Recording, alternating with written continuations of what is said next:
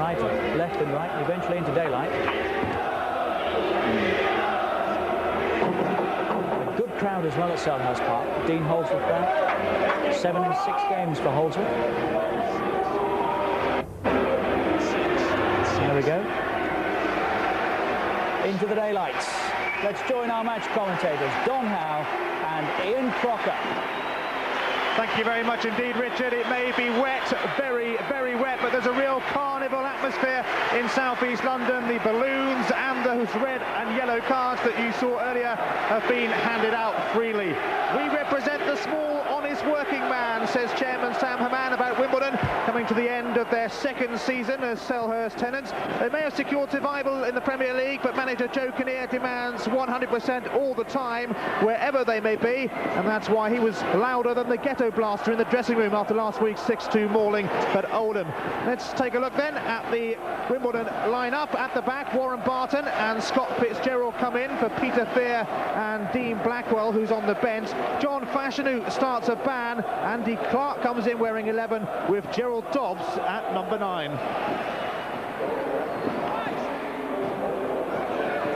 Well, Ian, I would say that looking at the setup there, obviously it's a system that they've used over this last kind of 6 years that's held them in good stead. The quality really is winning knockdowns. You know, they hit the ball directly in the channels, squeeze up behind those long balls and win the knockdowns. That's why people like Robbie Earle and Laurie Sánchez will be very important, especially Robbie Earle. He's one of the best attacking midfield players in the Premier Division.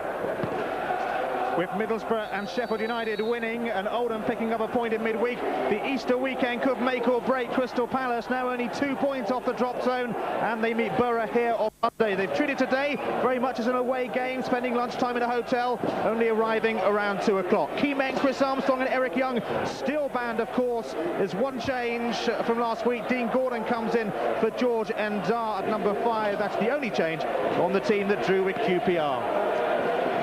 Well, here again, I suppose Eddie McGoldrick is the one who they move around a lot. And he's been playing sweeper for lots of games.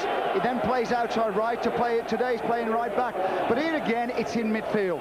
Jeff Thomas, who rates alongside Robbie Earle as perhaps 2 of the best attacking midfield players in the game. They both can get in the opponent's box, and when they get there, they can put it away. Although their goal-scoring record this season is not as good as it used to be.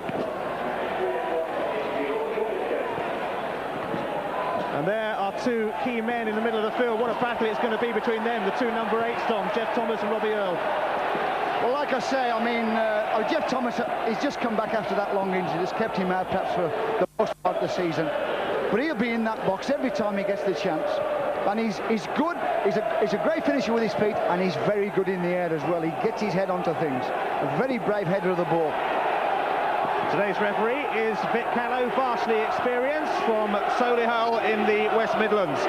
And conditions here really reminiscent of the night, perhaps Crystal Palace's best night of the season so far, when they beat Chelsea in the Coca-Cola Cup quarter-final. Really boggy, really swaggy, and it's Palace in their famous striped red and blue that get us off and running in southeast London.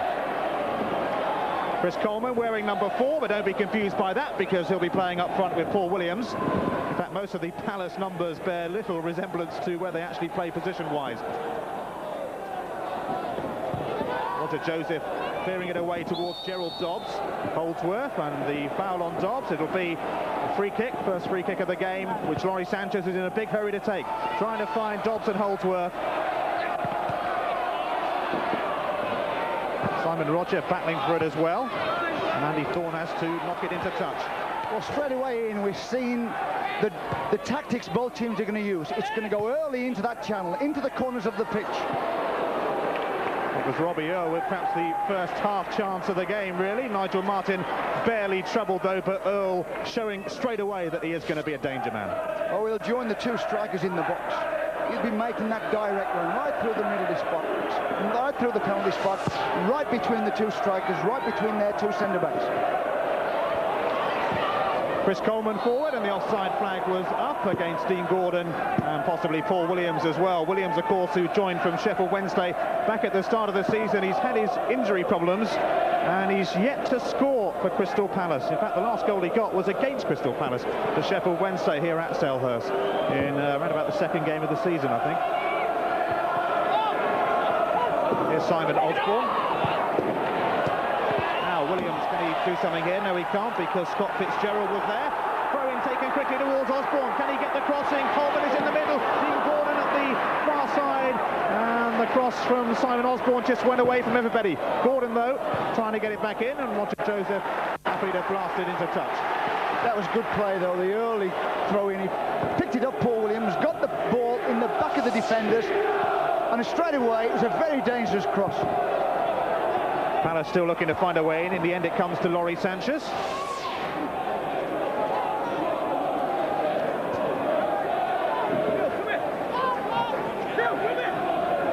Andy Thorn leaving it for young Simon Rodger, just 21 years of age, Sussex born.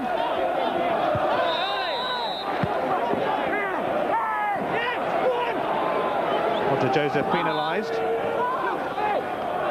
And it'll be Rodger to take this free kick, and this could be interesting for Palace. Big Andy Thorn going forward from the back, standing close to Coleman in that crowded edge of the penalty area, and it'll be Simon Rodger to send it in. Eventually. Same towards Dean Gordon, who got the header up, and always worth a go from that sort of distance in these slippery conditions, but Segers was equal to it. Yeah, but they did well, Wimbledon. They kept them out on the edge of the box. They didn't back in on that free kick, so the header had got to travel that 12 yards. Distance was keeping the ball well away from the goal. Now here's one for Paul Williams to chase, but the offside flag was up against him. Yeah, we're going to see plenty of that as well, Ian. We're going to get a lot of this squeezing up. Both teams use that tactic. Every time the ball travels away from their goal, they'll squeeze up behind it.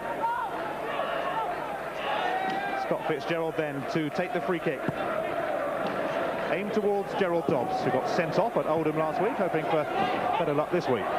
Coleman now, as he put Paul Williams through, that's going out of touch. Paul Williams in the thick of the early action, takes the throw in to Osborn, and that won't quite come off, and away for a Wimbledon goal kick. Looks as though Crystal Palace have been working at those quick throw-ins. The nearest man, as soon as the ball goes over the touchline, the nearest man gets hit, and then there's breaks off the ball behind defenders, and then the throw goes in the back of defenders.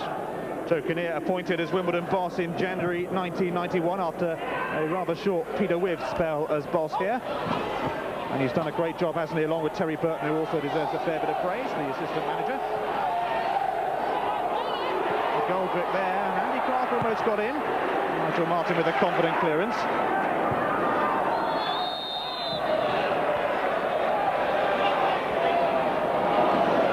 Unbeaten in 6 games, 5 of those were draws, plus a crucial 1-0 win at Sheffield United. Hardly relegation form, really, but when you're stuck down at the bottom, you can't afford to draw, you have to win a few. 6 unbeaten, though, going into this one. Scott Fitzgerald, once again, will take the free kick, coming in for Dean Blackwell. It's come through the trainee ranks at Wimbledon. Aimed towards Dean Holdsworth, the goal machine. Now, can Dobbs find a way into the 6-yard box? No, he can't, because Andy Thorn was covering, and it'll be a corner. Wimbledon's first of the game.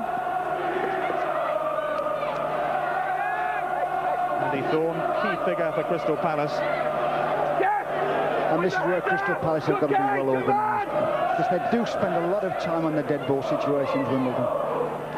It's going to be Neil Ardley to swing it in. Near post as well. Oh, and it's going to be Nigel Martyn. It's gone out again. And it's Martyn, I think, kept it in. Well, although he went over the line, Martyn, I think the ball always stayed just inside the pitch rather than outside the pitch. No, it was a close thing. Now Gordon knocking it down here for Chris Coleman. Support arriving from Simon Rodger.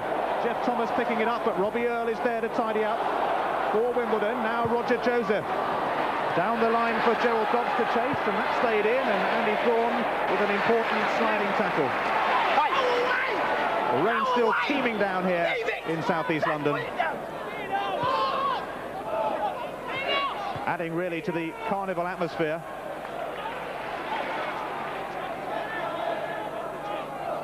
Lawrie Sánchez to take the throw, always a man for the big occasion. Lawrie Sánchez scored the FA Cup final winner in '88, of course, and I remember him getting the winner at Old Trafford earlier in the season when Wimbledon nicked a 1-0 win there. Now he's fine. Gerald Dobbs will get the cross in. That was a dodgy moment for Crystal Palace, and Jeff Thomas took the safe route out and knocked it behind for the corner. Yeah, but it was a clever little cross there, and Robbie Earle nearly got on the end of it, didn't he? It's good defending. But he's right in there straight away, Robbie Earle. Ardley going across to take Wimbledon's second corner of the game. Scott Fitzgerald has come up from the back in the box. Ardley swinging it in on the near post, and it's going to come for Sánchez. Took an awkward deflection here, Robbie Earle, and the flag has gone on his left-hand side. It'll be a free kick to Palace. Well, there you see. This is what I say, they're well organised as well, Crystal Palace, to defend. The ball comes in, it gets knocked out, and as soon as the ball's going to the back post, out come those defenders. Leave a couple of the Wimbledon lads on the edge of the box offside. Wimbledon's recent form not too bad, save for that 6-2 defeat at Oldham last week. Before that, they picked up 10 points out of 12, but here go Crystal Palace now. And the shot will come in from Gordon, easily blocked. Is Eddie McGoldrick in a bit of space, and it was taken off his toes by the other number 11, Andy Clarke. Segers the clearance and the push from Andy Thorn on Jerry Dobbs.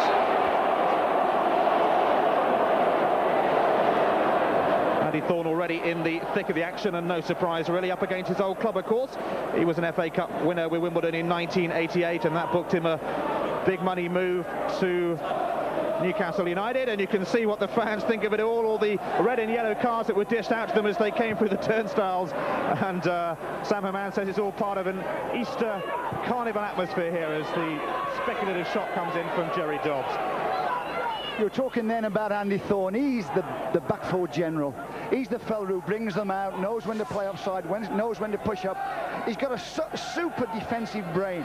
He really knows how to play that position. He can get hold of the other three players who are playing alongside him and tell them when to push out, tell them when to stay. Always worth a go, I suppose, from Jerry Dobbs. McGoldrick got there ahead of Clarke. Osborn jumping with Warren Barton. Sánchez tidying up, and Fitzgerald trying to find Holdsworth. Good powerful header that by Richard Shaw, feeding Williams. Osborn, now Gareth Southgate well forward, and Fitzgerald covering.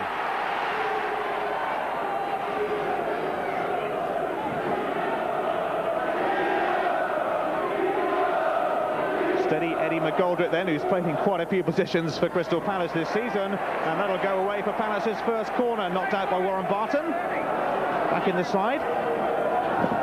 Came from Maidstone a few years ago.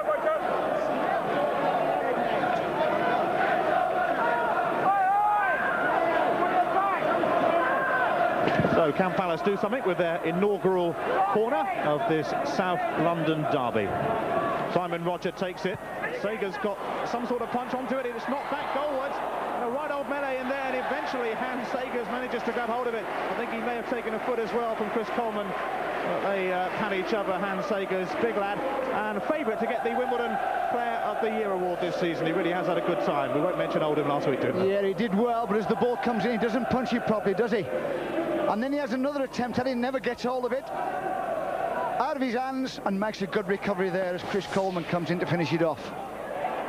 Now Andy Clarke at the other end. He can't find a way through though, and here's Simon Rodger, who's covering a lot of ground. Paul Williams will chase his. Good ball that. Williams now, support arriving from Chris Coleman. Williams turning inside, getting the shot in. And disappointing in the end, perhaps the sign of a man who has yet to score a goal for Crystal Palace. Yeah, but it was a good run by Paul Williams. As we said, the ball's in the channel, in the back of defenders. Off he goes. He's got a one-on-one in the box there. Tries to get onto his right foot. Scott Fitzgerald is very well. Drifted around the non-league in Essex to Paul Williams before joining Charlton, and then went to Sheffield Wednesday. There's Hans Segers, who started his career with his hometown club, PSV Eindhoven. Now Barton trying to put Ardley through. Martyn, ever present this season for Crystal Palace, born in St Austell, Britain's first £1 million goalkeeper. Good kick as well. Rodger Joseph, though, with the chance to bring it away, blocked by Dean Gordon. Joseph, who played over 100 games for Brentford before joining Wimbledon, just after their cup final success 5 years ago.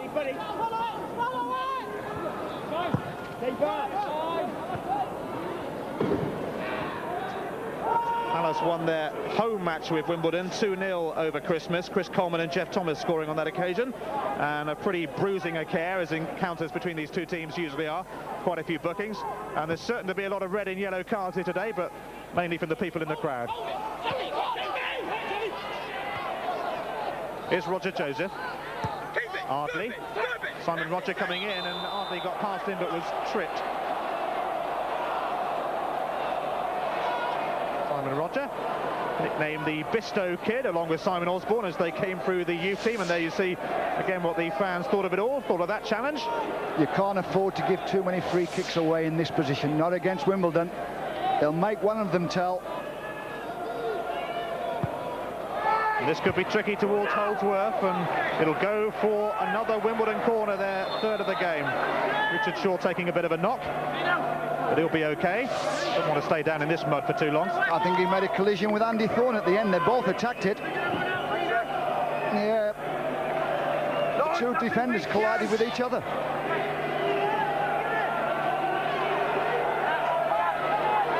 Ardley then once again to take the corner for Wimbledon.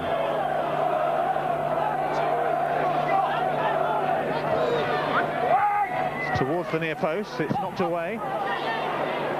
Dean Gordon might have well got the touch on that. Back towards Ardley though. And that's a good cross from Ardley. Andy Thorn was there just to slap it into touch. What a great bit of control from Ardley there. The ball came out the air and he took it down beautifully.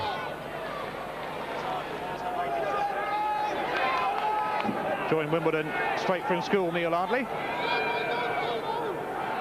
Now Dean Gordon back defending. Cross skipped in, and this could be dangerous. Martyn, though, will collect it coolly and confidently. And a great throw out as well, always the sign of a good keeper.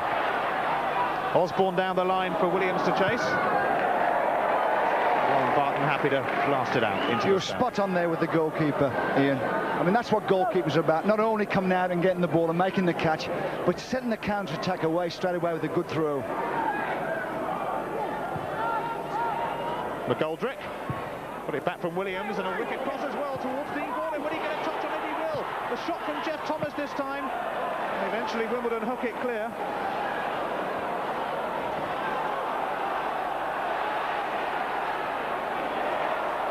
Now here's Paul Williams. Warren Barton can blast it out of touch. Well, on that last cross, Dean Gordon did absolutely great on that back post. He pulled it back, and in there was Jeff Thomas.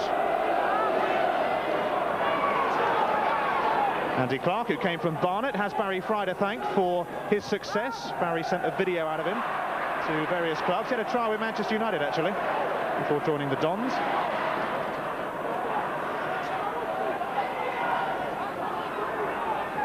Warren Barton then with the throw.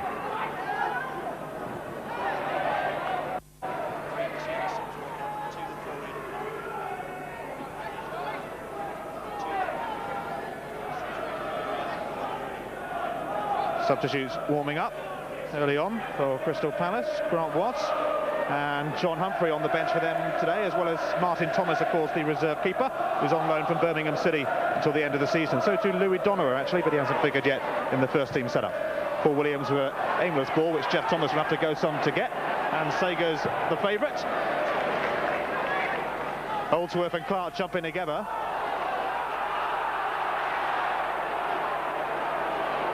You can see both teams are going to compete for every ball in every area of the pitch. Even Jeff Thomas ran all the way through there to put Segers under pressure on his kick. Could be Palace under pressure now, although that's going out for a goal kick. Dean Holdsworth definitely won't get to it. What a great buy he has been, though, from Brentford. 15 goals so far this season. He's got 5 of Wimbledon's last 6. He cost £725,000 plus a couple of players, Detsy Krasinski and Mickey Bennett, a combined deal of £1 million in all. Simon Osborn should get to this, and does. A neat little skill there from Osborn. Jeff Thomas feeding Rodger. Dean Gordon. Disappointing from him. I think that's the first little bit of kind of midfield play we've seen, where one team's attempted to put it together, 3 or 4 passes on the run. Normally it's just straight forward, straight back in the channel. It's the 12th league meeting between these two teams. So far 2 have ended all square. Palace have won 6 and Wimbledon just 3.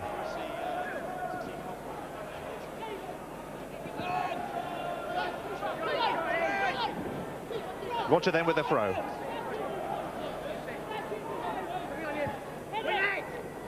Joseph with the header. Now Ardley. Joseph will whack this, but only to Eddie McGoldrick. Fitzgerald now with an up and under. Again, McGoldrick is there. Important touch, not one of his better ones, but it took it away from Andy Clarke. The throw-in, though, goes the way of Wimbledon, much to the dismay of the Crystal Palace fans on that touchline. And there is Vinnie Jones, suspended, of course, from this game. How he would have loved to be out there in these sort of conditions as well in a London derby. Another corner to Wimbledon. Andy Clarke getting the better of that particular exchange with Simon Osborn.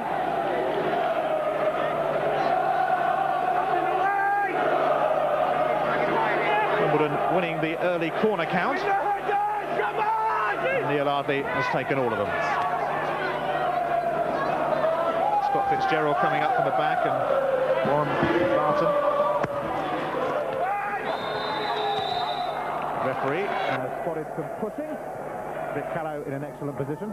It was a silly time to give a foul away, because the ball dropped right on John Scales' head and he got a touch. It had been very dangerous to have to defend in that situation. You don't do that. You don't give silly fouls away in that area.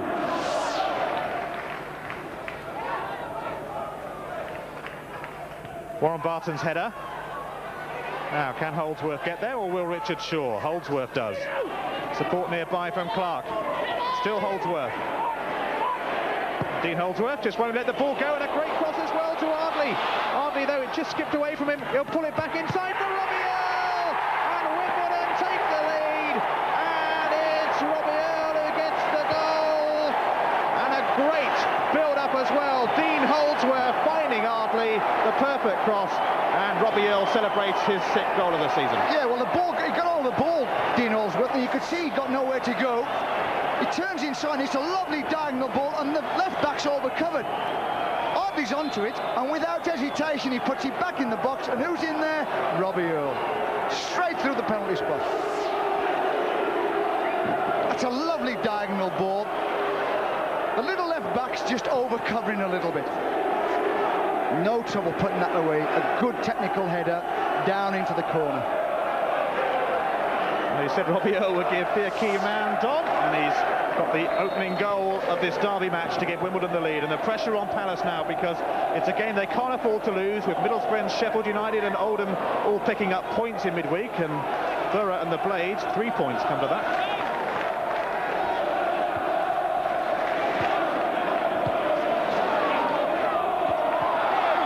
So Palace looking for a way back into it with Dean Gordon, and they'll win the throw. Simon Rodger will take that throw.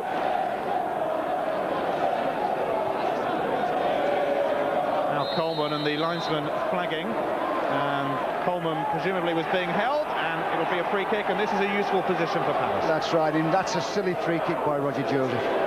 He's got his hands all over his man. No need to do that. Very dangerous. Dean Gordon waiting, Chris Coleman and Jeff Thomas. It's not a particularly good cross, though. And a rather scuffed effort by Gareth Southgate, who can certainly hit the ball better than that, and has done on a few occasions this season. It's the perfect reply to that 6-2 defeat at Oldham last week for Wimbledon. Joe Kinnear just about happy, I think, that Robbie Earle has given his side the lead. Came from Port Vale, £775,000. Some crucial goals this season as well against Arsenal and Liverpool. Sánchez, Ardley again making the run towards the right-hand side. The best of balls from Sánchez, and I don't think Ardley will keep it in. Well, he did, but only giving it to the opposition. Tackle there from Gerald Dobbs.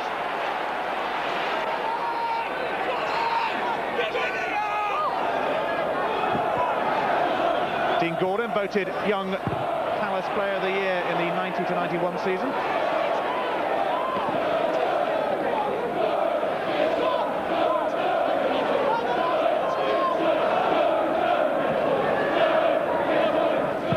Record not too good against Crystal Palace, really, and they'll be happy to get that one under the belt. Here's Paul Williams. He was shackled out of it though, managed to win it back, and here's the throw. Now they need a goal from Paul Williams, Crystal Palace, or from anybody come to that. Simon Osborn bobbed around awkwardly. Scott Fitzgerald with the up and under. Coleman with a flick on, easily cleared away from John Scales.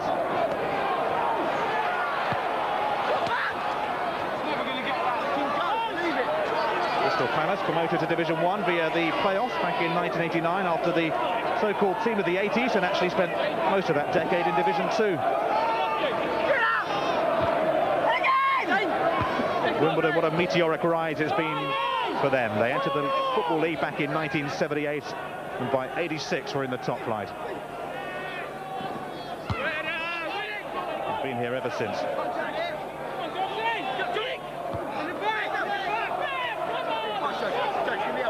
It's a bit of a stalemate, all those throw-ins down that side. But Wimbledon will play the percentages. They'll keep throwing it down that line. Now a chance for Palace to bring it away. That's not a good clearance though. And look who's there, Earle. Gerald Dobbs will chase this, so too Simon Rodger. And the cross came in from Sánchez towards Earle again, and Nigel Martyn has lost it, and it's been hooked in, and Wimbledon have a second goal, a scramble in the box, and Nigel Martyn lost the ball, and Dean Holdsworth celebrates, and it's all going terribly wrong for Crystal Palace, but it's all going brilliantly right for Wimbledon. That's a typical Wimbledon goal. John Scales plonked it into the corner of the pitch. There he goes, right into the corner of the pitch. Young Gerald Dobbs chases after it. Neil Ardley catches it, sticks it in. All the challenge on the goalkeeper, out of his hands. Dean Holdsworth tucks it away. A typical Wimbledon goal. So Crystal Palace now really in desperate trouble down at the bottom of the table, and this will encourage Sheffield United, who of course play tonight against Manchester City, and could well move above Palace. Dean Holdsworth then scoring yet again. He's now got 6 of Wimbledon's last 7. The thing about it is, it's not just that they plonk it in the corner. Having plonked it in the corner, they get numbers in the box. And that's what it's about. There were 3 players around that cross Wimbledon got into the box. Now, they do work hard at the things they do. Fitzgerald forward, and here goes Dino once again. Holdsworth, Richard Shaw will have to get the tackle in, and it was a good recovering tackle that from Shaw. It was a great recovery tackle by Richard Shaw, because Dean Holdsworth was ready to stick that ball in that box again. There he goes, here comes Richard Shaw. It's a good day for a sliding tackle. Gets his foot to the ball and gets it out. So Wimbledon certainly putting the pressure on Crystal Palace in the battle of the Selhurst sharers. Here Ardley deflated into the near post. Dobbs trying to get up with a header, but Dean Gordon got there first. Earle back to lay it off for Joseph. And Holdsworth in space on that right-hand side. There was nobody really marking him.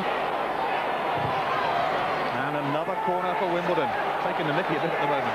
Works every time, eh? They just keep plonking the ball in the back of defenders in the corner. They know exactly where it's going, Wimbledon. They always get a runner into that area, and then they get it into the box. It's a very simple way of playing, but so effective and quite exciting when they do it well. Sánchez Sánchez waiting, shouting as well. Scott Fitzgerald also in the penalty area. Here it comes from Ardley towards Holdsworth. It was just too high for him. Now Fitzgerald. And the sliding tackle from Chris Coleman, which was perfectly fair. I'll tell you what, he meant that, didn't he, Chris Coleman? The Wimbledon fans showing their red cards in disapproval. Coleman, though, look at that. He wasn't going to let that one go. Well, that's interesting. I think the referee let it go, but the linesman's given him a free kick. Certainly has. I thought Chris Coleman got his foot to that ball. Maybe the way he slid in. And it was very close to the linesman. Ardley then whips it in. Nigel Martyn once more. And it will be whacked back in by Gerald Dobbs, but that won't count because the whistle had long gone for the challenge on Martyn. You wouldn't fancy the goalkeeper's job either, would you? It's a wet, slimy ball in those conditions, and you've got 3 or 4 Wimbledon players coming at you. You wouldn't fancy catching it, would you, Ian? And if he's going to punch it like he did then, he's got to get height on that punch. I don't think he'll be catching it much more after the second Wimbledon goal that Dean Holdsworth pounced on.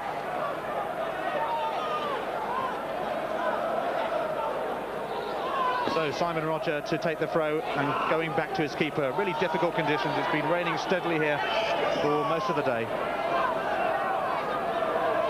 It's not the best of pitches in good weather. Scales looked like he was going to meet it. He didn't, but in the end it went through right to the other keeper, Segers. 31 years of age. Played 67 games for Nottingham Forest before moving to Wimbledon for £125,000. Gordon met that. Go to the other number 5, John Scales. Not a particularly good appearance from him. Gordon picks it up. Segers will let it run. They've got the same ideas, Crystal Palace. They're doing the same thing. They're trying to knock it in the back of defenders down the channel. They're picking the wrong time, and they're not getting the right weight on the ball. You see, it's just not a case of knocking it there. It's a case of when it gets in the channel, is it going to slow down and stop so people can catch it?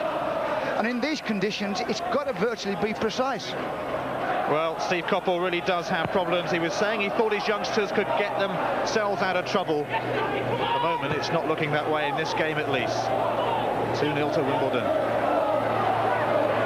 Robbie Earle in the thick of it once more. Dean Holdsworth and Richard Shaw will taste this one. Who will get there first? Dean Holdsworth will, but on this slippery surface, very greasy. His first touch, it went straight out. Well, I would think what Steve's doing, he's looking at his team here and thinking, well, how can we stop these balls coming forward? Obviously, he needs his front 4 players doing a lot more closing down. Don't let them hit these long balls at them. 2 matches here last season between the two teams, finished 1-1 and 3-2 to Crystal Palace.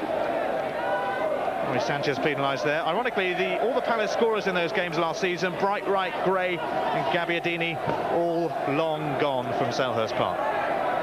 Richard Shaw to take the free kick. And this is the time when Crystal Palace really do need to hit back. Shaw taking his time towards Coleman. There's nobody on the right-hand side. Eddie McGoldrick coming and winning it as well from Andy Clarke. Support arriving from Osborn just behind him. To find its way to Osborn eventually in a roundabout way. Now Gareth Southgate.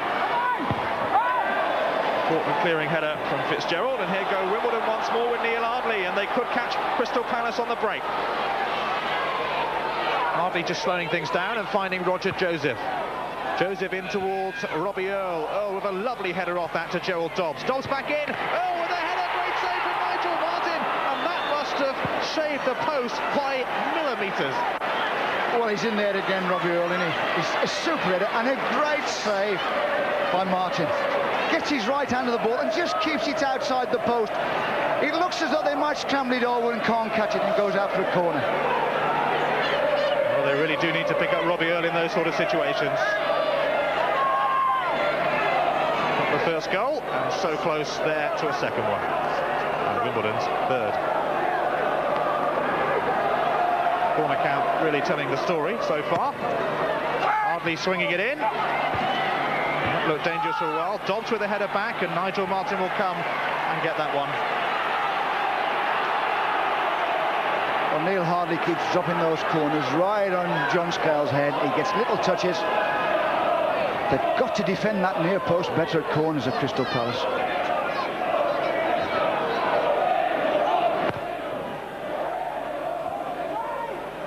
Both the number 11s jumping. Eddie McGoldrick and Andy Clarke. Southgate's header. Warren Barton. It's a bit of head tennis. Simon Rodger now ought to be careful here because Neil Ardley was just behind him. Warren Barton, Crystal Palace fans urging Osborn to get a bit more involved.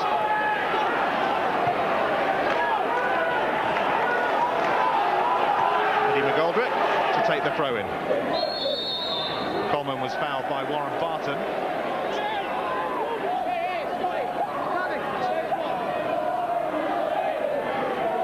Crystal Palace really missing Chris Armstrong as he completes a 2-match ban for getting sent off at Sheffield United. Foolishly sent off as well, but doesn't need me to tell him that. And he would have learnt his lesson, that's for sure.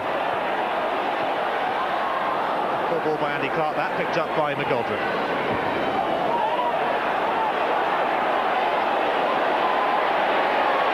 Okay, Wimbledon once more with Clarke. He's castled off a ball. Barely, says referee Vic Callow, who's right there watching. Now Paul Williams, and suddenly Williams finds a bit of space and a terrific drive as well. And Segers got down to it well. The first time he's got himself in a better position into the centre of the pitch, Paul Williams. Did a good left-footed shot there. Nice turn. Could have gone a little bit closer for me. Chris Coleman, Jeff Thomas, now Simon Osborn. Can this be the start of something promising for Palace as they seek to find a way back into it? Williams. Well, he's jinking and twisting and turning past Warren Barton, who wasn't fooled by it all.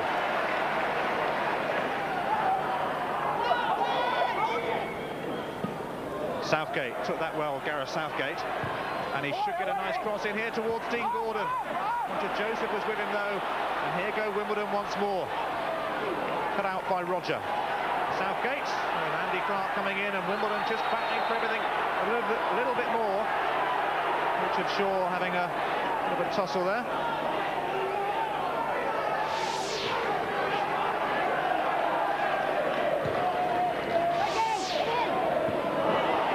Segers, well, it will eventually go through to him. Chris Coleman threatening. Now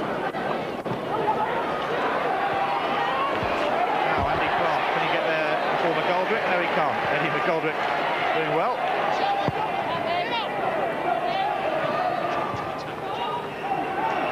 Now Gerald Dobbs, good ball to Neil Ardley. Once again that we're looking to get the cross in, and Robbie Earle unsurprisingly moving into the penalty area, wanting to get on the end of it. Ardley still, he's got 2 players on him, and still managed to find a route out. Sánchez now. Holdsworth let it go, and the 1-2 with Robbie Earle didn't come off. Robbie Earle looking for a free kick, which didn't come off either. Yeah, there was a lot of shirt tugging on the end of that box. It was a nice little let run by Dean Holdsworth, and he spun into the box. Southgate, one or two of the players there got hold of each other's shirts and pulled and pushed at each other. Warren Barton now to Andy Clarke. Clarke let it go. Can Holdsworth get there? Yes, he can. And Clarke, the offside flag though, up against Gerald Dobbs. Quite rightly so. Andy Thorn towards Williams. Now Simon Osborn. Coleman and Gordon in the penalty area, but it won't get to either of them. It only goes to Rodger Joseph. Andy Thorn.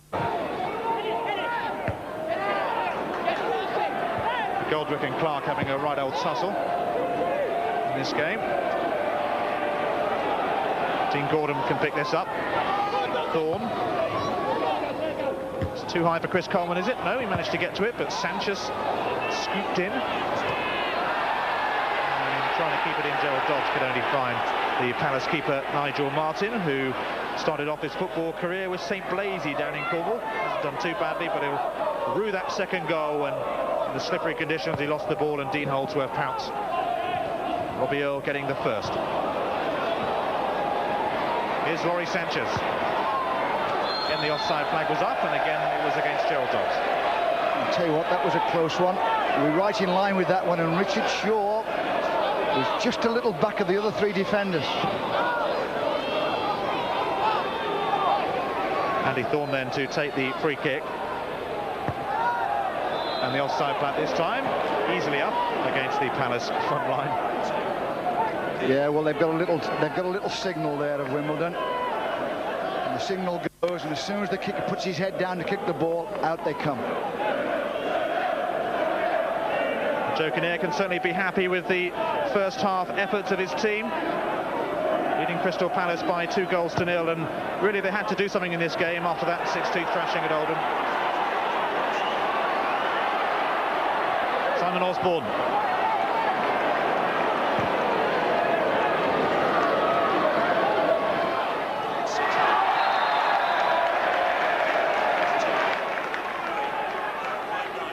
Dean Holdsworth, who got the second goal, got 38 for Brentford last season, a post-war record at Griffin Park that.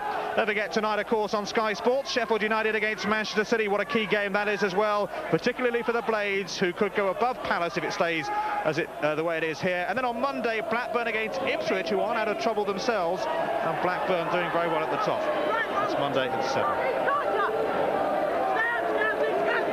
McGoldrick's throw to Coleman. Won't find its way to Paul Williams. It does find its way to Osborn, though. Now Williams, he's onside, gets the cross in towards Jeff Thomas. And out gains Hans Segers. Gordon was waiting just behind him, so it was an important punch away. A great cross by Williams there.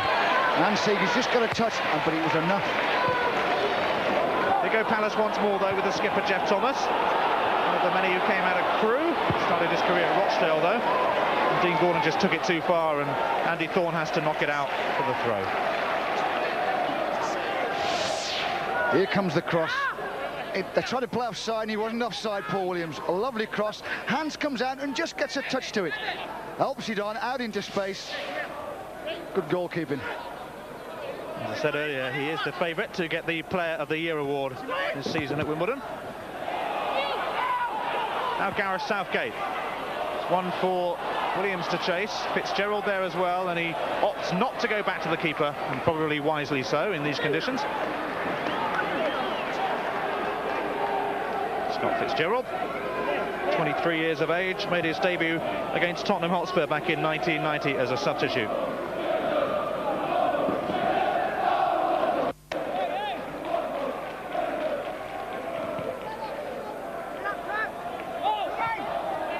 So, here go Palace once again. And perhaps they don't. Roger Joseph coming in. Palace, who finished third in the 90-91 season. It was always going to be tough to follow that, and they couldn't, ending up 10th last season. And they've got a real relegation battle on their hands. Here goes Richard Shaw there, and he's going to have a pot. And the sting was just taken out by Laurie Sánchez. It's worth a go from that distance, especially in these conditions. He has a look, couldn't see anything on, thought, well, I'll have a go. Laurie Sánchez got across well. Southgate again, the flag was up. And that must have been a pretty tight one as well on Chris Coleman.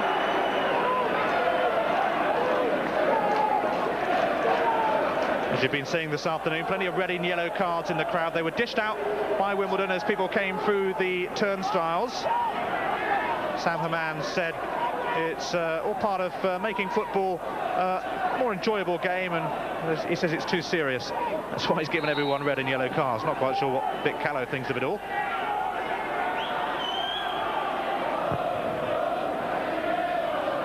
Robbie Earle with the flick on. Now, here go Palace once again with Simon Osborn. Paul Williams jinking around, trying to stay in an onside position. It's a good cross as well, is it? No, it's not back by Scales. Knocked on by Sánchez. Now Southgate. And he'll win a corner for Crystal Palace, and that's a little boost for the Palace supporters. That's the difference between the two teams. They go on the attack, Crystal Palace, and if they create something, Jeff Thomas gets on his way, and he always gets picked up. In fact, it was Robbie Earle this time who picked him up. In general, it's been Laurie Sánchez. Now, when he goes the other end, Robbie Earle's going in free. Rodger it is to take the corner. And the flag has gone up on the far side. So whatever happens here won't count. Yeah, as soon as you knock those corners towards the far post, they'll come out, they'll leave people inside that 6-yard box offside, and Chris Coleman is exactly there, he's offside.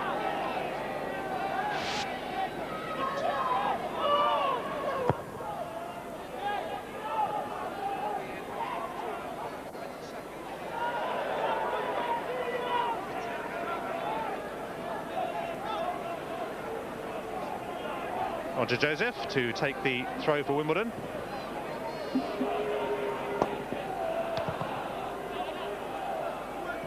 Go out for another throw.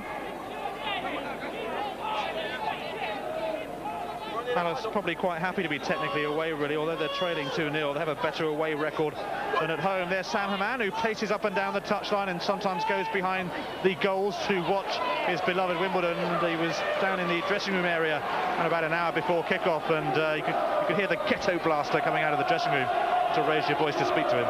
There he is, off making his way to sit with the fans. What a character. Deserves all the success he gets here, Sam Haman. Corner to his team, which Ardley will take, and it might find its way to Sánchez, who got the header. Skimmed off Sánchez. They should have scored, shouldn't they? They let him get in. There was a little bit of a crowd on the near post. He just goes over the crowd. Sánchez gets in there. They let him get in there at the back. Should have scored. He's only got to keep it down.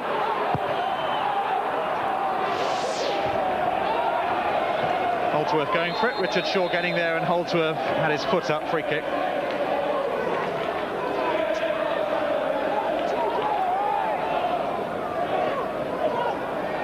And Richard Shaw himself will take it again. There's Sánchez.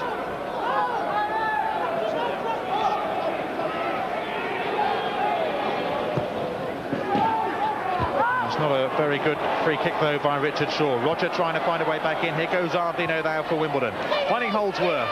Shaw coming across with the sliding tackle, and Rodger. Ardley can only give it straight back to Wimbledon. Andy Clarke on his own up front at the moment. Well, if he managed to connect properly on that, it would have been quite spectacular. But away it goes for the goal kick. They have had an outstanding first half, Wimbledon. You know, as much as they do get critics, it's a lovely diagonal ball. He pulls away Andy Clarke. He could have got it down, really. All right, he tried a volley, but he could have got that one down. Got in the back of the defender. He got in behind Eddie McGoldrick.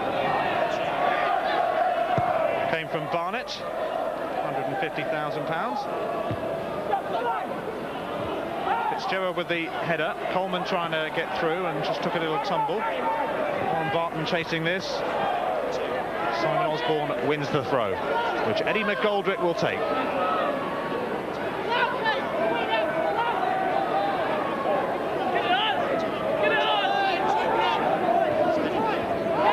Thorn back for McGoldrick. McGoldrick now getting the cross in towards Coleman, who can knock it back for Southgate. His shot blocked, though. Richard Shaw got his foot in well ahead of Gerald Dobbs, but again the attack breaking down for Crystal Palace. He seems to be everywhere as well when they're defending Sánchez. Obviously he's a big man, he's good in the air, but he's defending well as well. He's getting his foot in. He's patrolling in front of his back four very well, as well as picking up Jeff Thomas. And the third longest serving manager in the top flight has one or two problems, to say the least. Ian, I would think he's concerned about the picking up, the marking. They don't seem as though they're with it at the moment, Crystal Palace. They're letting players run. No, they're not picking up at dead ball situations. Dean Gordon, the man caught offside. I mean, how many times have we seen Robbie Earle in the Crystal Palace box virtually free?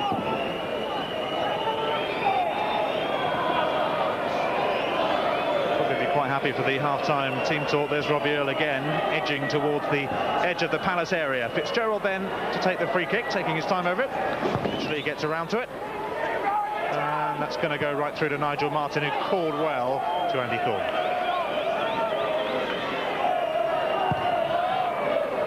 Immediately hoofed back down the other end. John Scales with a header. Jeff Thomas and Dean Gordon will chase this. Will go the way of Wimbledon, as the first half by and largely has. There is the half-time whistle then. The goals coming from Robbie Earle and Dean Holdsworth. Disappointment for Crystal Palace. There's Earle, who met the first with a brilliant header, and Dean Holdsworth, quite superb as well, pouncing after a mistake by Nigel Martyn. The thoughts of Andy Gray coming up with Richard Keystone at the break. Wimbledon lead by 2-0. Second year now they've been doing it with Wimbledon. They'll be quite used to it. What they won't be so used to, as we saw from the start before the game, is losing to Wimbledon. There haven't been many losses for this Crystal Palace side against Wimbledon in recent years, and they'll be out to make amends. I think we'll see a marked difference, certainly in their attitude the second half. I think they'll up the tempo of their game a little bit and try and put Wimbledon under far more pressure than they did first half. Message from Steve Coppell, short and simple: we must get something out of this match. Match commentators Don Howe and Ian Crocker.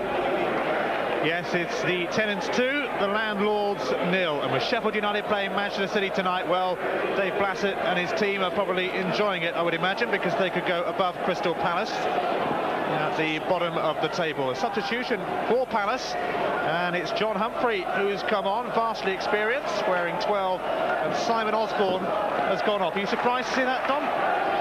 Yes, I am in some ways. If there had been a fullback gone off, I'd have thought it'd been young Simon Rodger, because Neil Ardley down this right wing, I mean, he's knocked in so many quality crosses.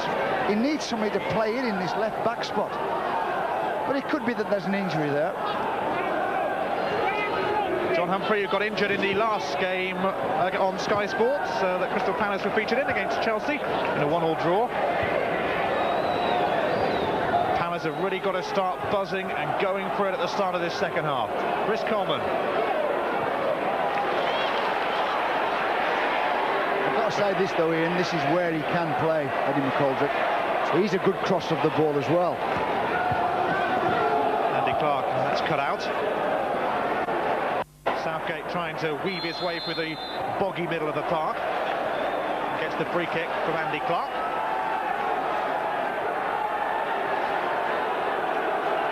John Humphrey on for Simon Osborn. Richard Shaw to take the free kick.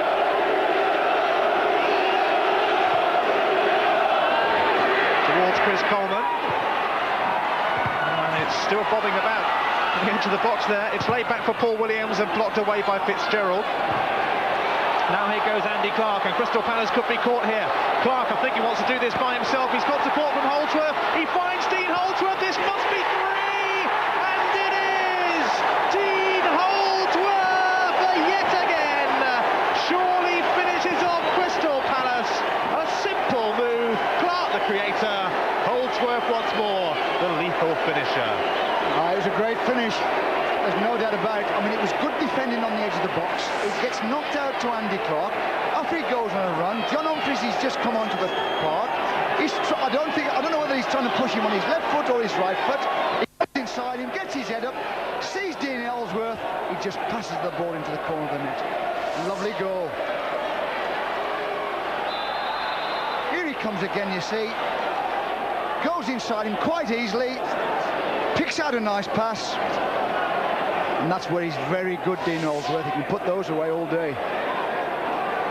17th goal of the season. And what a season he's having. He's already he's going to get a bronze bust of himself, actually. Sam Haman has promised it if he got 15 goals. Well, he's passed that. Talking to Sam down by the dressing rooms, and he said he's already commissioned it. McGoldrick to take the free kick, though, for Palace. Can they come back into it? Here's Jeff Thomas, maybe. And it just wouldn't fall for Thomas, and that was fairly typical of Crystal Palace's luck. It just doesn't run for you. Yeah, it's quite surprising with Dean Holdsworth how well he's done since he's been at Wimbledon. He seems to fit into their way of doing things. There's that ball to the back post. Sánchez did quite well. And who's in there again? Jeff Thomas. But Dean Holdsworth, I was talking to Terry Barton, the Wimbledon coach. He said he's one of the best players he's seen in and around that box. Nigel Martyn with the hook clearance towards Dean Gordon. Well, we said Crystal Palace desperately needed a goal at the start of the second half. Unfortunately for them, there was a goal, but it went to Wimbledon. Dean Holdsworth, and Sam Haman already commissioned that bronze bust that he's promised him for getting 15 goals this season. Here's Neil Ardley, and Wimbledon storming forward once again. It's good recovery play though by Jeff Thomas, although he gave it away to Rodger Joseph. And the tackle by Simon Rodger, as Gerald Dobbs threatened. Rodger Joseph with the throw-in. Ardley. They're just getting away from the Palace players, and in the box once again is Holdsworth, who's on a hat-trick. And he managed to scramble the ball through, but Nigel Martyn was there. He's got great anticipation to where the ball's going to drop in that box. Watch him here, he's on the back post. He senses he's going to drop into that near post. It takes 2 defenders to stop him scoring. What a season he's having since that move from Brentford, Dean Holdsworth.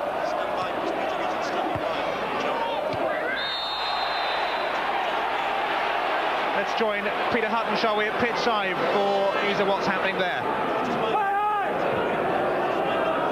Bit of news from half-time. Dean Holdsworth had actually had treatment all the way through half-time. Holdsworth being worked on his back during half-time. Then he came out straight away and scored the goal. The Palace substitution, Osborn and Humphrey switching over. That a tactical substitution. No injury to Simon Osborn. OK, so John Humphrey on, Simon Osborn off. Dean Holdsworth, well, Steve Allen, the physio, obviously did a good job on him. But here go Palace now with the free kick, which eventually they will take. It's laid off for the shot to come in from Rodger. A great stop that from Segers. That's why he's the favourite for the Wimbledon Player of the Year. Yeah, but winning a cracking free kick by young Simon Rodger. He didn't half-tank that one. He did spot on. And Hans did exactly right. He just helped it on over the bar. Simon Rodger then with perhaps the best chance Crystal Palace have had. Corner whipped into the near post. Segers comes for it. Didn't get to it that time. Might have got just a neat little flick on it, but nothing too much. It's knocked back in by Richard Shaw. Coleman jumps. Southgate's in there as well. And now Andy Clarke. On the line, but Southgate had spotted where it was going. Unfortunately for him, he wellied it straight out of play. Gareth Southgate, who was injured his foot playing against Wimbledon back at Christmas in the Crystal Palace home match here, and was out for a few weeks.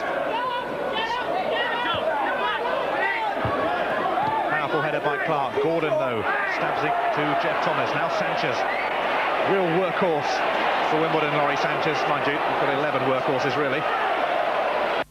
Great spirit amongst the Wimbledon team, there always has been. And that's why they are safe and secure in the Premier League. Crystal Palace, though, in real trouble.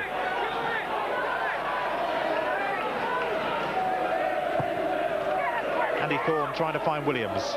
The jump from Scales, and Segers will get to that easily. And really, Wimbledon do deserve their success. Sam Man having a chat with his great friend there, Vinnie Jones. He really is a character. I dare say he'll be toddling off round the side of the pitch to watch shortly.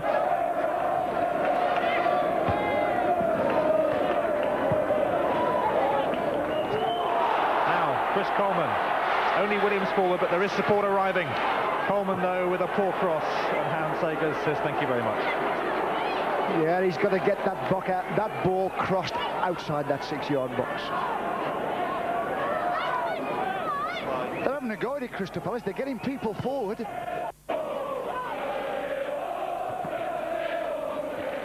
Jeff Thomas and Robbie Earle almost clashing there, but not quite. And here goes Ardley now, under pressure from Simon Rodger. Can he get past him? He is at the moment. Plenty of pulling going on there. Got the cross in. Andy Thorn had to clear.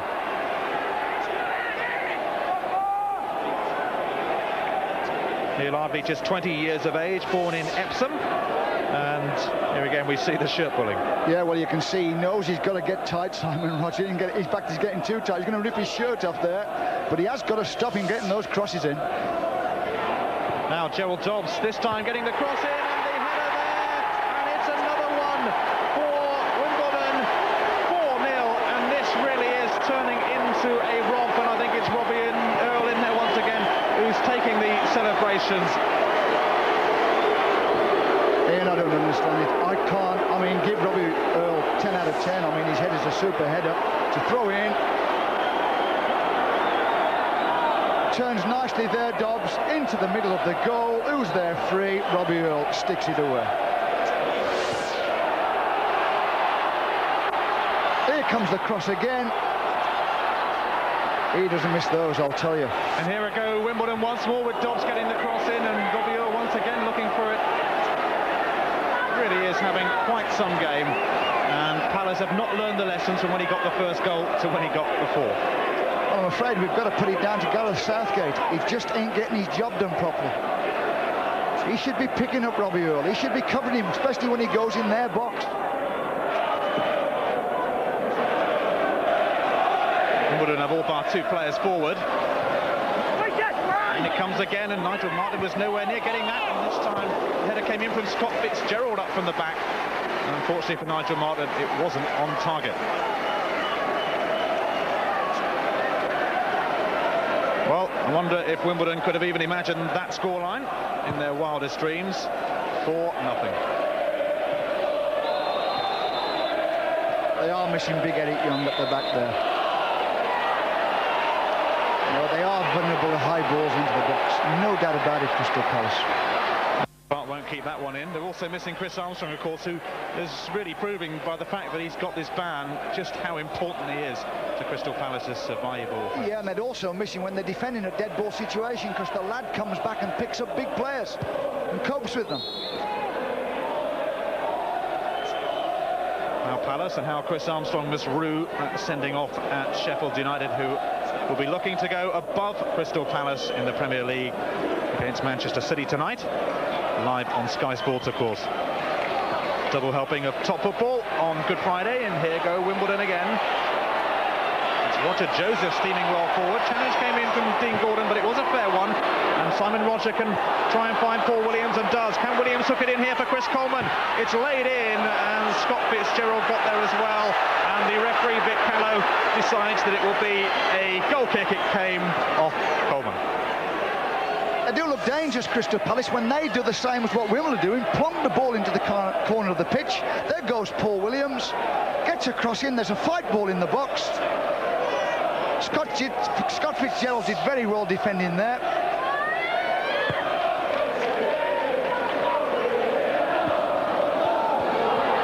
Wimbledon looking for even more.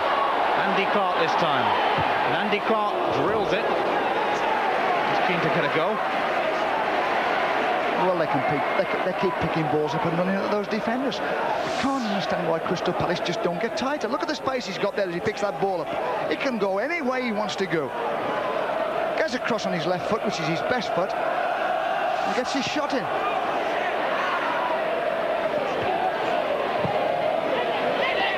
Now, can Dean Gordon get to this for Palace and give them some sort of lifeline and some sort of hope? Although it would take nothing short of a miracle, really, to truly haul themselves back into this game. Here goes Robbie Earle. 2 goals for him this afternoon. Warren Barton didn't keep it in.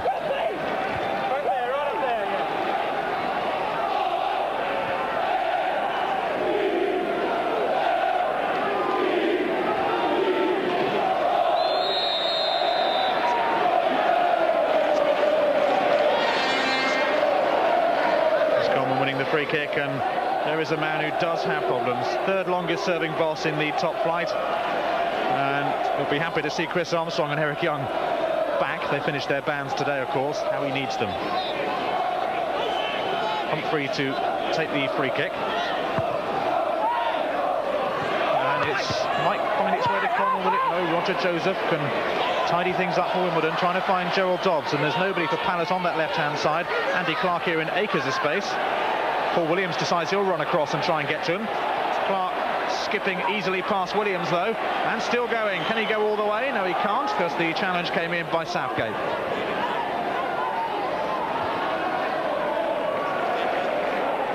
Back in 83-84, Wimbledon won 5-0 against Crystal Palace, a record win for them over Palace, and obviously a record defeat for the owners of Selhurst Park as opposed to the tenants. Here goes Gerald Dobbs. Foul on him, and it's turning a little bit nasty in there. Andy Thorn went in, and Gerald Dobbs appears to have taken a little bit of a knock, and Vic Callow will need to calm things down a bit and have words with Andy Thorn. Yeah, his tackle was very late there. I mean, Gerald Dobbs had played the ball off, and Andy arrived. We'll see what the fans thought of it with their red and yellow cards. Nearly always red cards.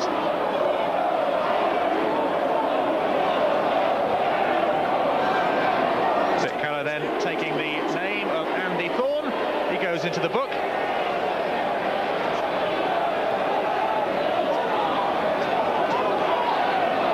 And he's also put his team, Crystal Palace, under a bit more pressure here. Barton and Ardley standing over the free kick. It's Ardley who swings it in. It's just too high for John Scales. And Andy Thorn's clearance there is going out for the corner, much to the delight of the Wimbledon fans behind the goals. Here comes the challenge. You can see he's well late. I mean, the ball's virtually arrived at his passing area. And he's so late there, Andy Thorn. Another corner from Ardley towards Sánchez. It missed everybody. Coleman back there defending, and he needed to be.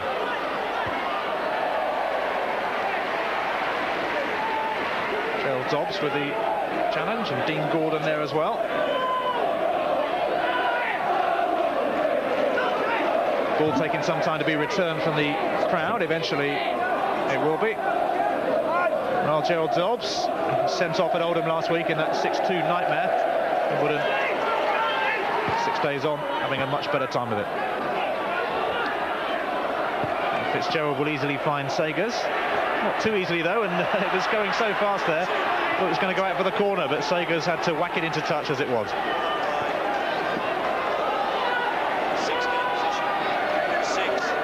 Segers, oh so popular with the Wimbledon fans.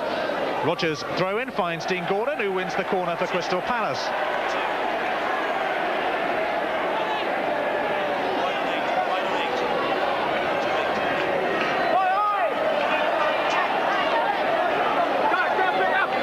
McGoldrick will take it. In it comes, and across the face of the penalty area it goes. Simon Rodger knocking it back in. Dean Gordon in there as well. Was there a handball? There were half-hearted claims. Eddie McGoldrick can't even find a way through for Crystal Palace. Most of the claims coming from the supporters, though, not surprisingly, in increasing frustration.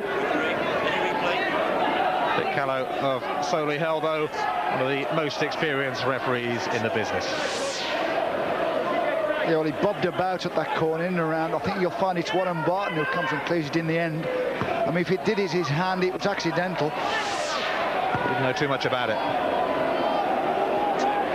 It's Nigel Martyn, who made his debut for England against the CIS in Moscow last year. It's not a bad kick either, but John Scales jumps highest. Robbie Earle and Jeff Thomas will go in for this one. Thomas easily getting there first. Now Williams. Dean Gordon. First time cross from Gordon. McGoldrick coming in, but it's going to be too far. McGoldrick having to jump over the barriers behind the goal, and another chance goes begging for Palace. Yeah, well, there's the difference, isn't it? You know, it's the difference of quality of crosses. Neil Hardley, I mean, he's got down this right wing. Every time he puts a cross in, people can get on the end of it. Every time Crystal Palace get into the crossing area, it's either too close to the goalkeeper or it's too long. It's not on the spot.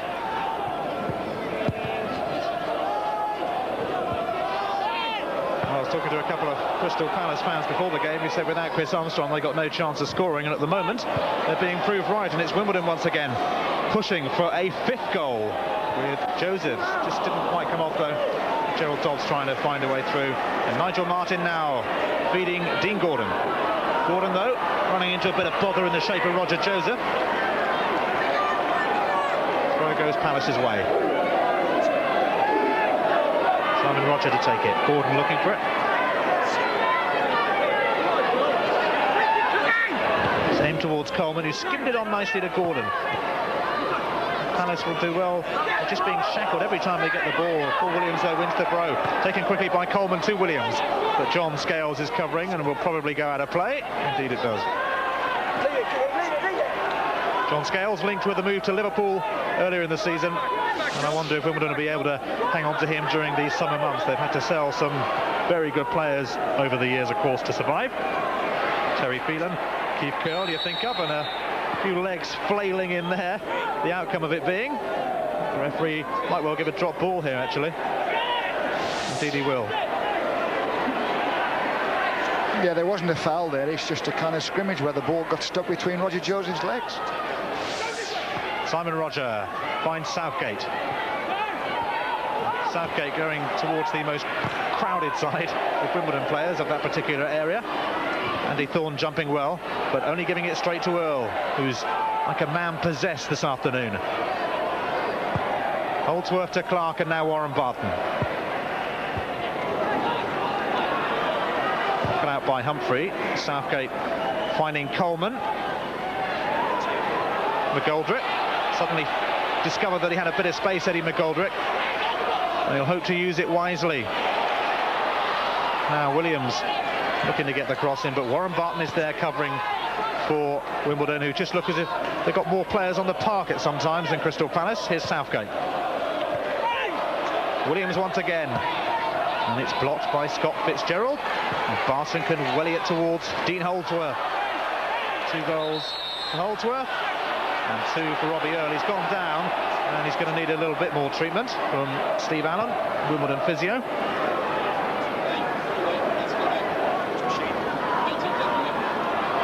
.38 goals for Brentford last season, post-war best for them, that 17 so far this term. And there's the challenge on Dean Holdsworth, but he's up and okay on a hat-trick, so too Robbie Earle. And Wimbledon have really cruised it this afternoon. Great tribute to their spirit. Well, I suppose we could talk about Robbie Earle all day now, Ian, but there's no doubt about it. There's Joe. I mean, he must be absolutely pleased to death. I mean, last week he'd be down in the dumps, losing 6 at Oldham. This week his team have played absolutely brilliantly. Really has done a fabulous job, and all credit to him.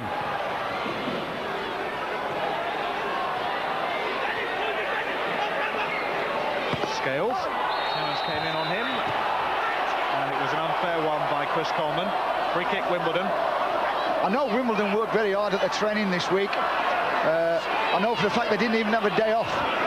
I think they were so upset with last week's defeat at Oldham that they got to grip of the players, and they've worked hard at it, and obviously it's paying dividends. As you can see, the rain still teeming down in South East London, as it has been for most of the day. Wimbledon, though, just love a good old scrap in the mud, don't they? That'll be hoofed clear by Rodger. Scales jumping. Almost went on top of the stand, that one. Throw to Wimbledon there. Neil Ardley might well leave it for Roger Joseph. In fact, the referee has spotted that the linesman's flag was up, and it'll be a free kick to Palace. But coming back to Robbie Earle, he's not only that he can score goals. I mean, he's up and down. His stamina is absolutely brilliant, and he never stops talking to his teammates. I mean, in this form, you'd pick him for England, wouldn't you? I mean, he really is outstanding. Well, Sam Haman says in his programme notes that Dean Holdsworth would be playing for England if he wasn't a Wimbledon player. Says they all get overlooked down here, and they do have a lot of young talent as well. They are an easy target for a lot of people in football, but they have done well, and that's a useful looking cross for Crystal Palace though this time. And will it be scrambled in by McGoldrick, who was deep inside the penalty area? Away it goes for a Crystal Palace corner. He would have banged on Eddie banging that one in, but it just wasn't running. He made a mess of that, Warren Barton. Never really got hold of it, and he dropped to McGoldrick. Had half a chance. Another corner though, which Simon Rodger races across to take. Palace 4 behind on corners and 4 behind on goals. Segers comes and gets a finger to almost look like. Dean Gordon. Gordon doing well. He'll get the cross in, and that's a neat one. Hooked away. It's Holdsworth, I think, back defending on that occasion for Wimbledon. Doing the business at both ends. Coleman laying it off, and there is Holdsworth once again to clear. It's all over the park. John Humphrey under pressure from Andy Clarke, and he had to belt it out.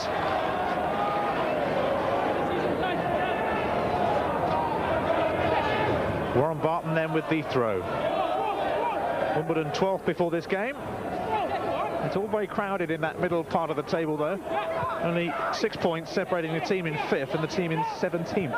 So a couple of wins and you could be well up near the top. A couple of defeats and you could be down near the bottom.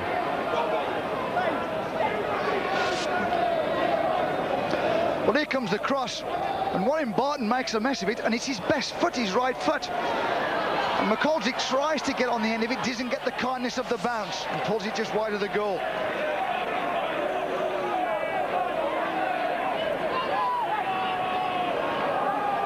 Wimbledon, of course, will be eager to get the highest place possible because There's money for every Premier League club this season, and the higher up you are, the more you get, and they obviously need it. Wimbledon.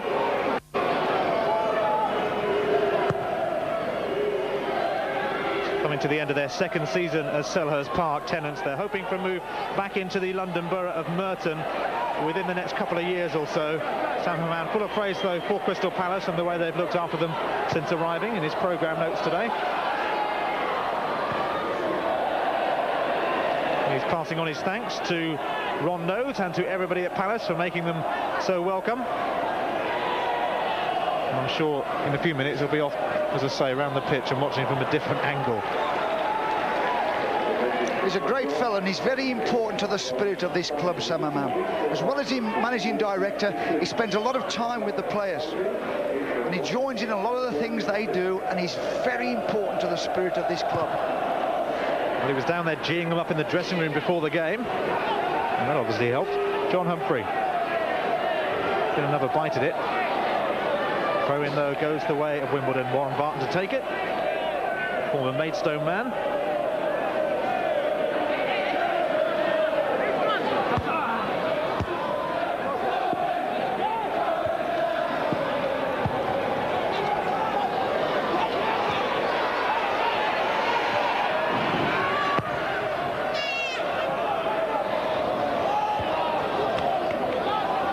Crystal Palace at least get a goal that would, I suppose, give them just a little bit of confidence in the run into relegation. Don't forget tonight, of course, at 6:45 on Sky Sports, another important match at the bottom, Sheffield United against Manchester City. And then on Monday at 7 o'clock, Blackburn Rovers against Ipswich, who have bombed considerably lately and are definitely not out of the relegation woods just yet. Well, he had a glittering career as a player with Manchester United, 42 caps for England, but he's now facing surely the toughest test of his managerial life.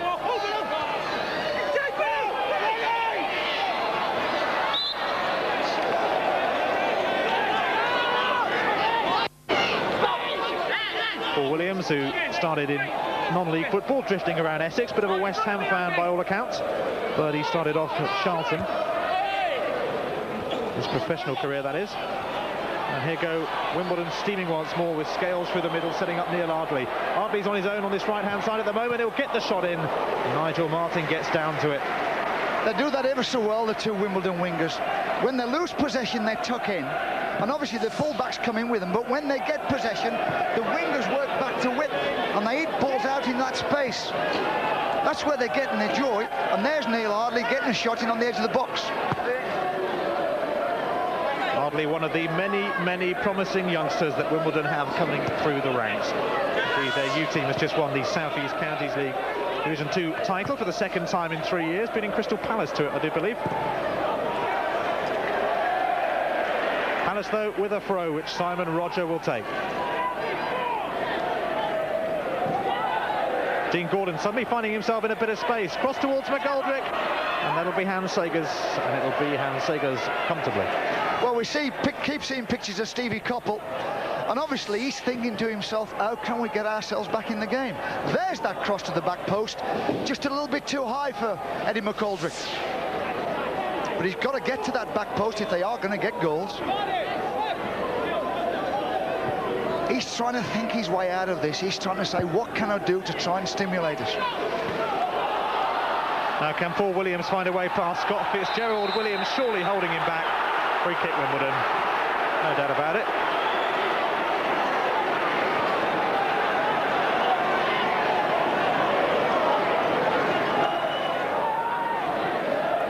And Segers brought as a replacement for Dave Besson. Of course, let's get the touchline view, shall we, from Peter Hutton.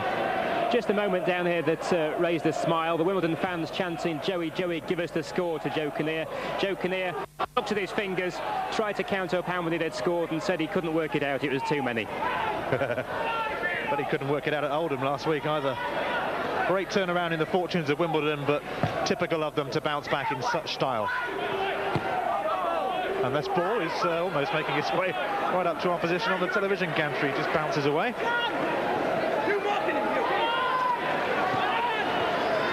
Here's Jeff Thomas. He hasn't left Jeff Thomas, has he, Laurie Sánchez? Every time the ball's been in and around Jeff Thomas, Laurie Sánchez has been there.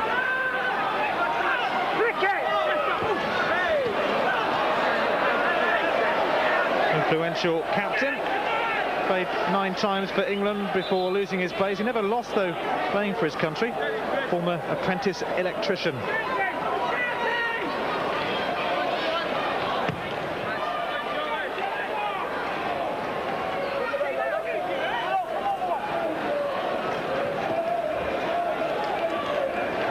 Coleman going to retrieve the ball because no Wimbledon player seemed in too much of a hurry to do it. Rodger Joseph to take the throw.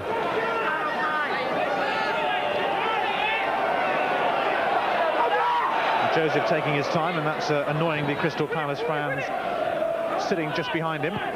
Thomas with the clearance. Joseph holding off Coleman. Now Sánchez. Scales, not a good ball though, cut out by Rodger, who in turn gives it straight back to John Scales, and he accepts gratefully. Now, Scales again gives it away with Andy Thorn. Well, the offside flag was up. It's applauded by the Wimbledon back line. Paul Williams, the man in the offside position. Yeah, it was offside. It wasn't much, but it was enough to be offside.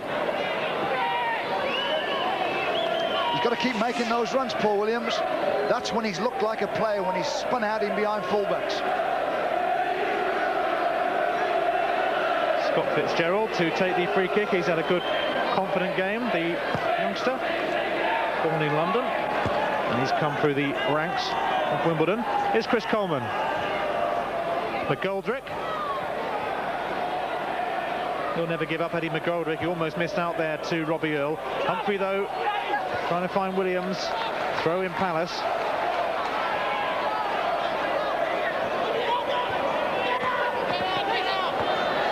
Now Humphrey. Looks like he was going to size up the shot now. Dean Gordon was shackled again by about 3 Wimbledon players. They really haven't given Crystal Palace any space at all. McGoldrick. Here's Southgate. McGoldrick went for the return. That was neat. The best move that from Crystal Palace, or the best bit of passing we've seen for some time, and sadly, rather typical of their fortunes, the cross was wasted. It's typical of the quality of their crosses. I mean, they did well there. I mean, Wimbledon are holding the box very well and defending there. But Eddie McGoldrick makes a lovely run into the outside right spot. Now he's got them. All he's got to do is put it in behind those defenders. And for some unknown reason, he lifts it up behind the bar. Eddie McGoldrick, who played in the non-league before joining Northampton and then Palace. Republic of Ireland international. Here's Williams. Richard Shaw. Williams going for the return. Now, can he spring something? He's got room for the shot here. Paul Williams, terrifically drilled shot as well. Once again, though, Hans Segers was there to deny him.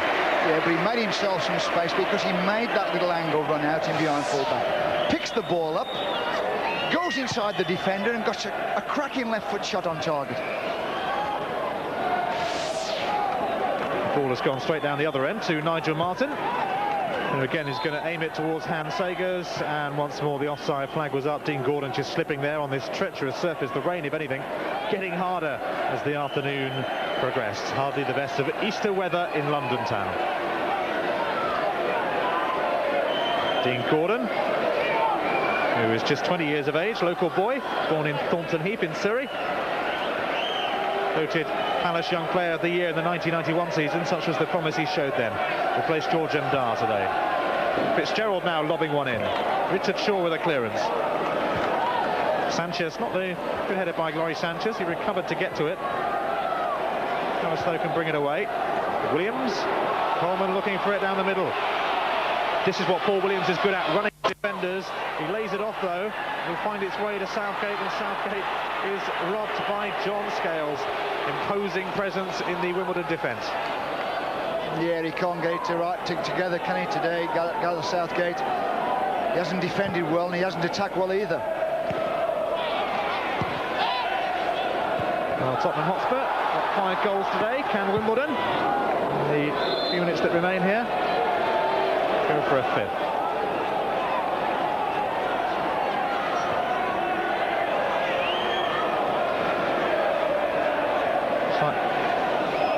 Wimbledon substitutes look like they could be about to make an appearance very shortly. They've just stepped off the bench. There they are. Dean Blackwell and Paul Miller. Well, one's a centre-back and one's a front player. Both young boys. Good futures in front of them. Now Clarke looking to get the cross in, and he did. Too close to Nigel Martyn.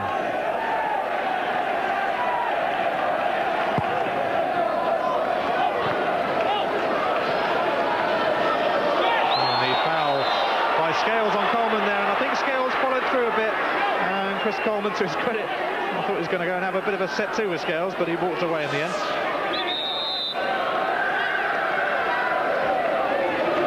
There was the challenge, and substitutions being made by Wimbledon.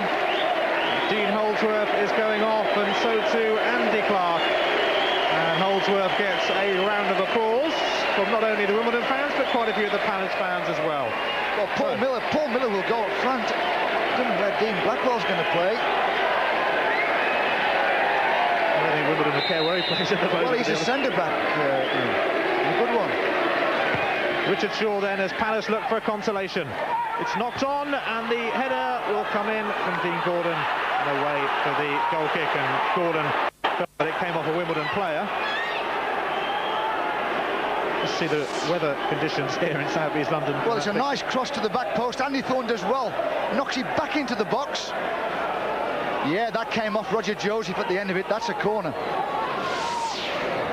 which they don't get. When you're struggling, and just look at the conditions here at Selhurst Park, and it's been played in those conditions throughout the afternoon. It was raining for a good few hours before kick-off as well. It's not been easy, but it has been the sort of weather that Wimbledon just love. And here's Neil Ardley now looking for that 5th goal. Earle with a lob in, and that was a bit tricky. The flag was up though, so it wouldn't have counted had it looped in. Let's join Peter Hutton, shall we, for some news about those substitutions on the touchline, Peter?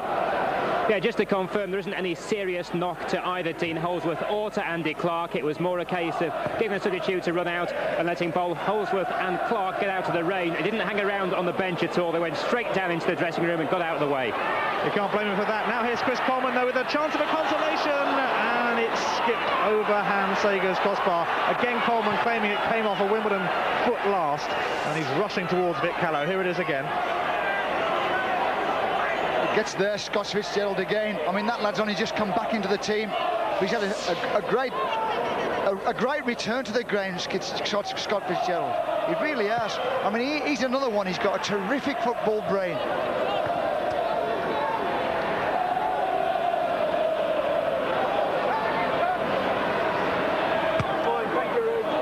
Palace merely seeking a consolation now. John Humphrey did again and back in business.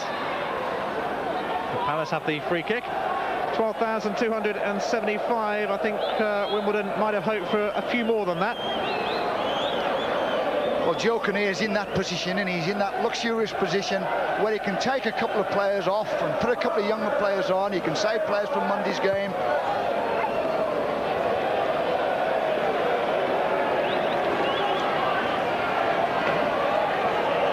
Wimbledon, who play Chelsea, your team, Don, on Easter Monday, and yet another London derby. They don't have to travel much this particular Easter. But Chelsea gave them their biggest crowd of the season here, back over Christmas. It hasn't been better today. Earle, he was getting his shirt pulled, but he still managed to find Neil Ardley. Ardley with a great cross in, but Nigel Martyn will get to that one. Here's Eddie McGoldrick then. He doesn't give up running. Williams.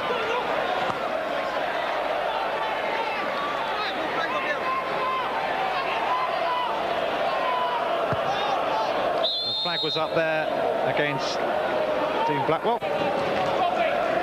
Well, he's put Dean Blackwell up there. And normally he's a centre-back.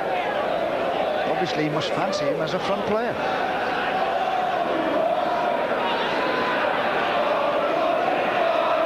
Crystal Palace, of course, often falls to play people out of position. In fact, I don't think a game's gone by when they haven't done this season. Steve Coppell has had that misfortune. It's happened again today. John Humphrey whacking it in, though, towards Chris Coleman. Now will it fall for Coleman? And he still can't find a way past Segers.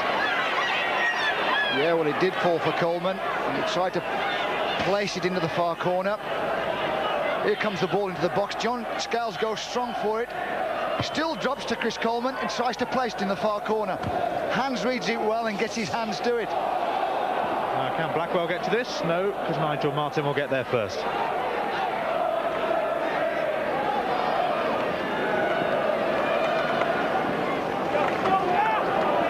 Nigel Martyn coming well out of his goal.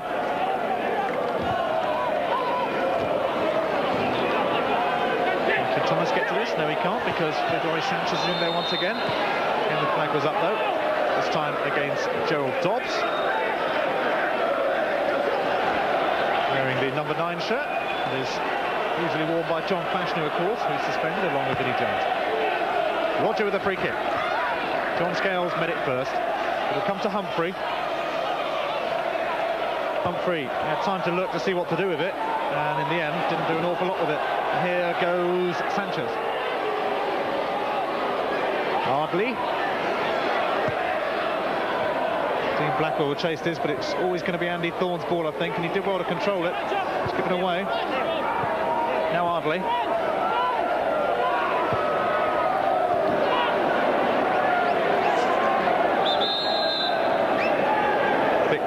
Looking at his watch and seeing how long we have left to go, and Palace are making another substitution, and Grant Watts is coming on,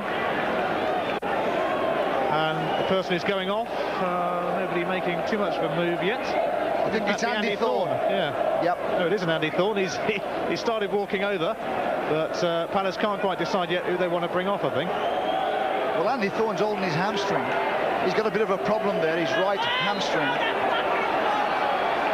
And just total confusion, and they can't bring Grant Watts on now. The referee has started taking the throw, and in the end Palace do decide that they want to bring Andy Thorn off.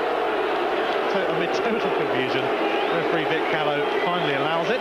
Grant Watts will come on, and Andy Thorn, the former Wimbledon man up against his old team today, goes off. The Wimbledon fans, though, giving him a bit of applause as well.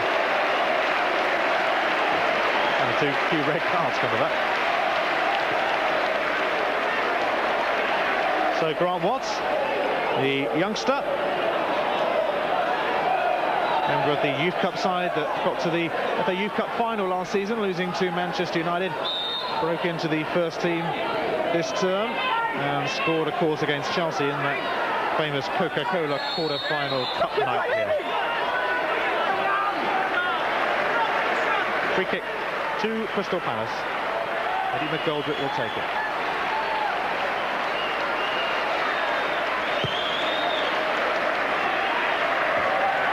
Coleman, it's knocked down now. Simon Rodger, he can't find a way through. Blackwell could pick this up. Only goes to John Humphrey though, and skips through everyone to the keeper, Segers. Well, it's been a very impressive performance from Wimbledon, Ian. Whatever their critics say about them, they've played fast, exciting football and scored some outstanding goals today. They really are an easy target, but you can't knock them. They keep doing this, and they have played some good stuff, as they have done actually for all of the season, just that no one's noticed. Now, here go Crystal Palace. Jeff Thomas. Gordon. Well, the Palace fans frustrated at the scoreline and frustrated by the fact that they're going to be deeper in it if Sheffield United win tonight. Here's Southgate, though, looking for the consolation, and that's never going to find its way past the keeper. They've got it right, Wimbledon, you see, and I think a lot of people, yeah, he could have knocked that ball out to the right wing, Darren Southgate.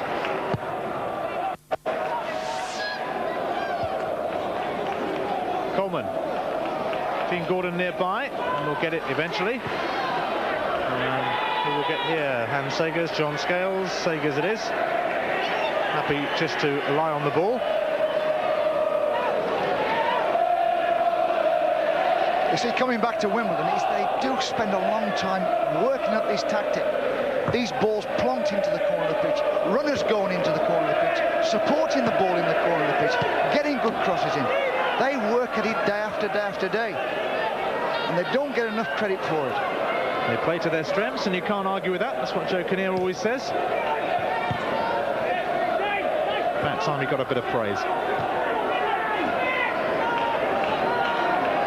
Certainly seen off Crystal Palace comfortably. Wimbledon have been with a shout as London's top club from the end of the season.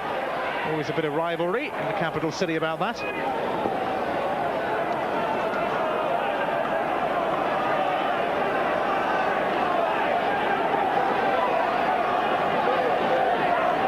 Groundsman will have his work cut out here after this game and in the next couple of days to get it fit again for Crystal Palace's match with Middlesbrough. What a crucial one that will be on Easter Monday. Here's Miller, Sánchez, Barton. Paul Miller will run after that. He might just get to it. Indeed he does. Good play that by Paul Miller.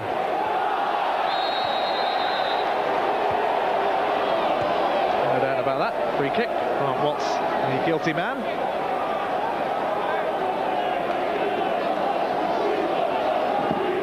John Scales has come up from the back, just moving into the box there. Barton will skip this one in, and the offside flag is up against John Scales, and also against Robbie Earle, I think. John Scales, 26 years of age, Yorkshire born. Leeds United gave him a free transfer in the mid-80s. He spent a couple of years at Bristol Rovers before moving to Wimbledon in 1987. It cost just 70,000. He's now rated at over 2 million. Not a bad investment. Gerald Dobbs will chase this. Richard Shaw there also. And a bit of holding going on. Difficult to see who was doing it. The referee let it go. Sometimes they can be a bit too keen, refs, to give free kicks for that. And it's good to see some good old-fashioned tussles and challenges. Vic Callow has let go. Roger Joseph with this cross then. Nigel Martyn flicks that one.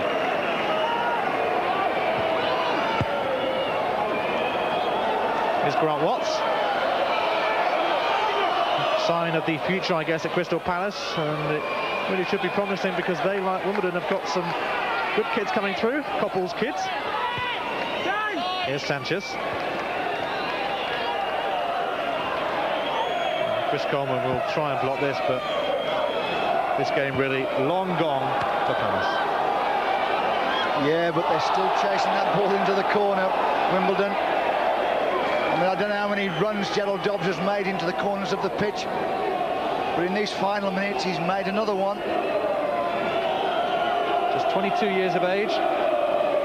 Only made 4 appearances before this season, but he's now established himself as a regular part of the first team. Wimbledon not in too much of a hurry to take this throw in. Who can blame them? They'll be looking forward to the showers now.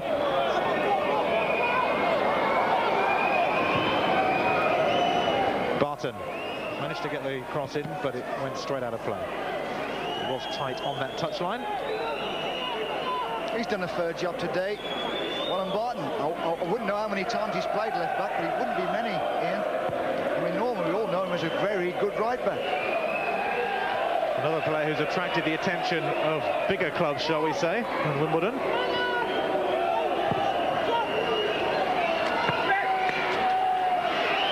Wimbledon stand for the small, honest, hard-working man, Sam Herman says. At the moment, a small, honest, hard-working man ain't doing too badly. And there it is, the full-time whistle. Vic Callow signals the end of 90 minutes. Robbie Earle, absolutely outstanding for Wimbledon. He scored 2 goals. So too did Dean Holdsworth, who was substituted near the end, just to give him a rest, I dare say. Holdsworth in stunning form. And Joe Kinnear's men have bounced back from that 6-2 defeat at Oldham last week. But a fine 4-0 drubbing over Crystal Palace. Relegation problems continue for them. They'll be eager to see how Sheffield United get on tonight. Full-time score, Wimbledon 4, Crystal Palace 0. Thank you, Ian. And Don Howe. It's a win that takes Wimbledon into the top half. And as Ian was saying, leaves Palace with a mountain to climb. Short break. We've still got the Rugby League to come, of course. Wigan against St Helens. That could decide Rugby League's championship. Next, we'll be looking back on the highlights from Selhurst Park.